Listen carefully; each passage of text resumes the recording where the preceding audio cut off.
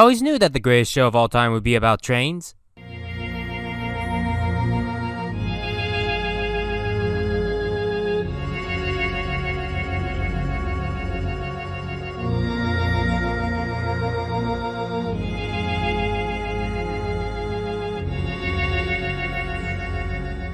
Infinity Train is my favorite show of all time. It has the perfect atmosphere of characters, humor, tone, and has a great storyline. People have been complaining throughout this decade about cartoons being more super serial, but I never had a problem with that as long as the actual story is good. And 9 times out of 10, it is really good. The 1 time out of 10 is Modern South Park, but we'll be talking about why season 23 is garbage another day sometime next decade. We gotta talk about the best cartoon ever prior. Infinity Train stars a 13-year-old girl named Tulip, going on a train to a video game camp, supposedly to Oshkosh. But this train basically can do whatever it wants. Heck, in episode 5, it's shown that it can rearrange the cars at will, by having the cars be able to fly. There's a lot to unpack about this show, and I can guarantee right now that this won't be the only video on the show. Trust me, I'm gonna make multiple videos on this show, especially the fact that next month season 2 is coming out. Actually, it's coming out next week.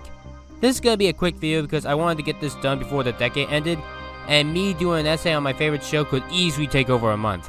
So let's simplify for this review and give you a general review of this show. Oh, and yes, I have seen every episode twice. Think of this review as hype for season 2.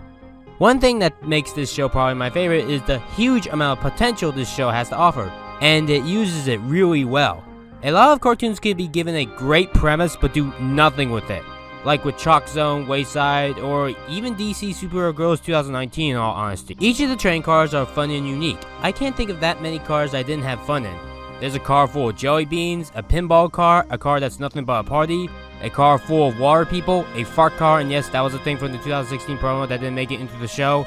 There was also a ballroom car, and I mean a car full of balls from McDonald's, not dancing. A chrome car, a pencil car, there's a car that's all on gravity, and they literally show someone taking a bath sideways. That's something I could have never come up with. That's inventive, as well as the all-natural jam pond. We sadly don't get to see all the cars that they travel in, but I don't fully mind because this season is only 10 episodes long, and each episode is only 11 minutes. You gotta get a lot done, especially since this show has strict continuity. And I absolutely love that because I'm a high fantasy continuity strict lore guy. I can imagine it's something like Rick and Morty where we don't see everything that the show mentions, but I can let it slide also in that if the main show is fun. Infinity Train does need to make sure that the content that doesn't make it isn't so much the cut content is better than the actual content, rather the context, hey, does cutting this section mandatory for the story? And that was a problem with season 3 of Rick and Morty. Let's just say that Vindicated 3, The Return of Woolender is my least favorite Rick and Morty episode for a reason, which really bothers me considering that episode aired on my birthday. If you're wondering, in season 1, Infinity Train luckily does not have that problem. But I'm just needing to state this so that season 2 or 3 or whatever how many seasons this show gets doesn't eventually have that problem. Don't cut out mandatory material for the audience to understand the current story that you are telling them. Otherwise, you make them at best lost and at worst just angry and disappointed. As far as characters go, they're simple, but I love each and every minute with them. Tulip Olsen is our 13-year-old protagonist, who was 12 in the original pilot. She also has parents that are divorced and she's having a tough time adjusting to that, but we'll save that part for the end. She gets trapped on the train while she is running away from her home and wanted to get on Oshkosh. And that's when she found the Infinity Train, sucked her in, and gave her a number. The number is implanted on Tulip's right hand. The number in and of itself changes throughout the season. The gimmick is that once it goes down to 0, you can go home. How do you make it go down? No one really knows. Tulip throughout the season tries many different things to change it. When she saves Atticus, who is a Corgi that is the king and united of the Cardigans and Pembrokes, her number goes down. In the original pilot, that was because of her push. I watched this series twice, and I only recall Tulip's number only going up once, and that would be the episode The Pass Card. In some episodes she does chores and such, but her number doesn't go down. One time she actually saves her reflection from reflection cops and her number does go down, but that's pretty much the episode point. It's like, solve the problem with the episode and your number will go down. Let's just say it's not 100% consistent. The show is getting a second season, so maybe we'll have a better understanding of how the number works. It's also worth noting that Tulip is/wants to be a game designer, which is ironic to me because 12/13 was the same age span I wanted to learn how to become a game designer myself. Also more ironic that that's the same time when my parents were going through marital problems. In the first episode, we see essentially Tulip create Space Invaders, and we see her learn to code movement/tune a character no longer just gonna die. I do love Tulip's straight up I don't give a shit/let's get this fucking shit over with personality. She wants to get everything done as soon as possible. Can you blame her? If you're on a train that you know nothing about, you're bound to want to get things done as fast as possible. In a way, she's like Steven Universe, and not like Steven Universe.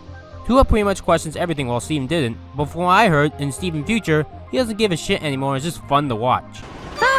It was 1:15 before! Oh no. Did I do something wrong? 1-1 is the most adorable little ball that has the most non sequiturs from a Cartoon Network character that isn't the Eds.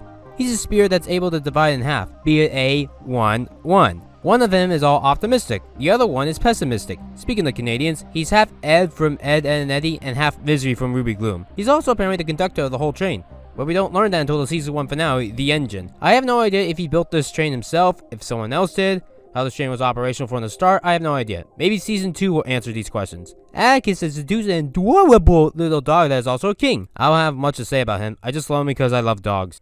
There's also a cat called the Cat. Nice name there, guys.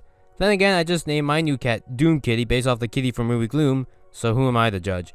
The cat's purpose is that she is a con artist, and she has to relive her memories. Now we're basically combining Rick and Morty and Inside Out.